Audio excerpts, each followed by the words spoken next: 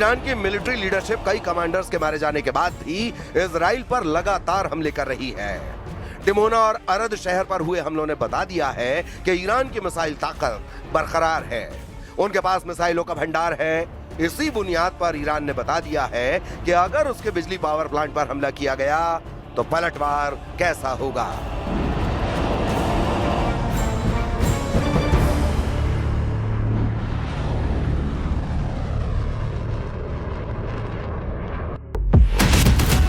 Iran ने कहा है कि पूरे पश्चिम एशिया में अमेरिका और उससे जुड़े देशों के ऊर्जा केंद्रों और डिसैलिएशन प्लांट यानी खारे पानी को पीने लायक बनाने वाले वाटर ट्रीटमेंट प्लांट पर वो हमला करेगा। यानी अमेरिका अगर ईरान के बिजली ठिकानों पर वार करेगा तो ईरान का पलटवार इजराइल और खाड़ी देशों के बिजली ठिकानों और पानी साफ करने वाले वाटर ट्रीटमेंट प्लांट पर होगा।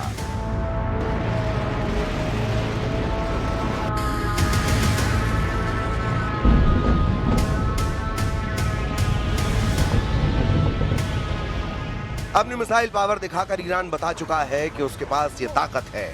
इसका एहसास ट्रंप को भी है और नेतन्याहू को भी है। ईरान के मिलिट्री लीडर कह रहे हैं कि अब इजराइल और अमेरिका को लेकर पहले से तय रणनीति को लागू करने का वक्त आ गया है। और अगर इजराइल अपने डिमोना जैसे परमाणु सेंटर वाले शहर को नहीं बचा पा रहा तो वो बाकी जगहों को कैसे बचा पाएगा।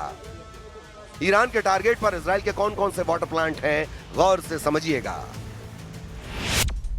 भूमध्य सागर से लगे समुद्री किनारे पर इजराइल ने डिसैलिएशन प्लांट लगाए हैं जो खारे पानी को पीने लायक बनाते हैं। यहां से इजराइल अपने पानी की 85% जरूरत पूरी करता है।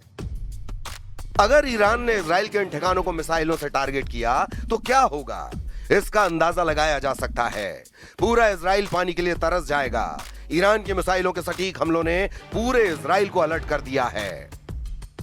ईरान की पलटवार वाली इस धमकी को हल्के में लेना नेतन्याहू और ट्रंप दोनों के लिए बहुत बड़ा जुआ साबित हो सकता है।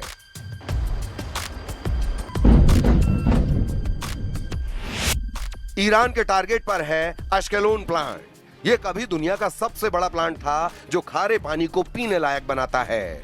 दूसरा है हदेरा डिसैलिनेशन प्लांट। तीसरा है सोरेक प्लांट, दुनिया का सबसे आधुनिक प्लांट कहा जाता है। चौथा है पालमाचिम डिसैलिनेशन प्लांट, ये तेल अवीव के दक्षिण में है। पांचवा है अशदोद प्लांट जो दक्षिण इजराइल के लिए काफी जरूरी है। Oh my God.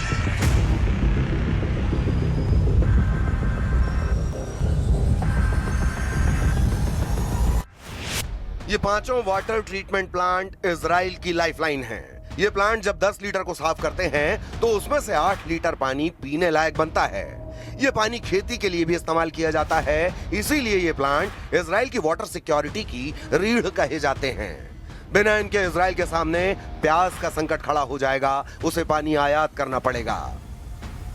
इसीलिए ईरान के पलटवार रोकना अमेरिका और इजराइल को बहुत जरूरी होगा। लेकिन क्या वो इसमें कामयाब हो पाएंगे, क्योंकि यह बात तो तय है कि ईरान ना होर्मुज को खोलने जा रहा है और अगर ऐसा नहीं होगा तो डोनाल्ड ट्रंप ईरान के बिजली ठिकानों को बंकर बस्टर से जरूर उड़ा देंगे। अगर वो ऐसा करते हैं तो ये मान लीजिए कि ईरान पलटवार जरूर करेगा। उसे रोक पाना आसान नहीं होगा।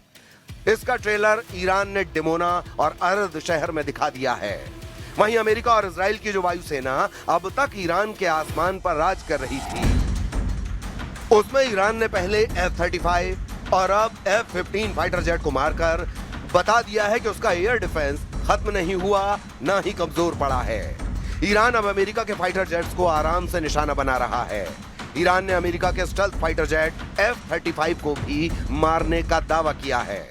यानी ईरान के आसमान में अब अमेरिका की वायुसेना सुरक्षित नहीं रही। ईरान के खिलाफ अमेरिका और इजराइल का युद्ध अगले 24 घंटे में किसी तरफ भी पलट सकता है, क्योंकि ट्रंप की धमकी और साथ में ईरान के पलटवार वाले गेम के बीच एक नए खतरे का अलर्ट भी है। अमेरिकी मीडिया में खबर है कि इजराइल ने अमेरिका को बताया है कि अब ईरान की मिसाइलों को रोकना मुश्किल है, क्योंकि उसकी बैलिस्टिक मिसाइल इंटरसेप्टर खत्म होने जा रही हैं। मीडिया में यह खबर अमेरिकी अधिकारियों के हवाले से छापी गई है।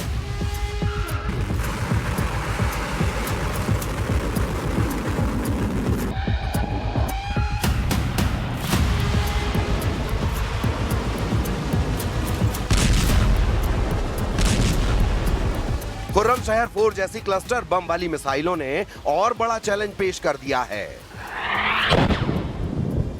जिस तरह से ईरान की मिसाइल इजराइल पर गिर रही हैं, उससे साफ है कि इजराइल के सामने इंटरसेप्टर संकट बड़ा है। दावा है कि इजराइल का मिसाइल डिफेंस नेटवर्क बहुत मुश्किल में फंस चुका है। सवाल है कि जब तेल अवीव और हाइफा के अलावा इजराइल के बड़े बड़े शहरों पर ईरान की मिसाइलें गिर रही हैं, तो अब आगे क्या होगा? ट्रंप कैसे इजराइल को बचाएंगे?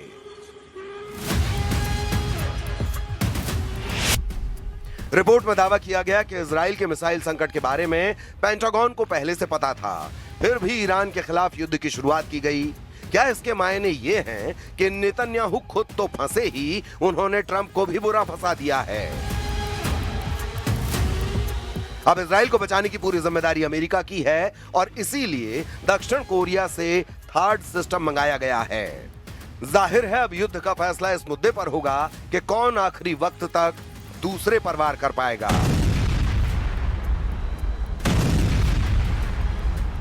इसीलिए इजराइल का इंटरसेप्टर संकट नेतन्याहू और ट्रंप के गले में हार का फंदा डाल सकता है।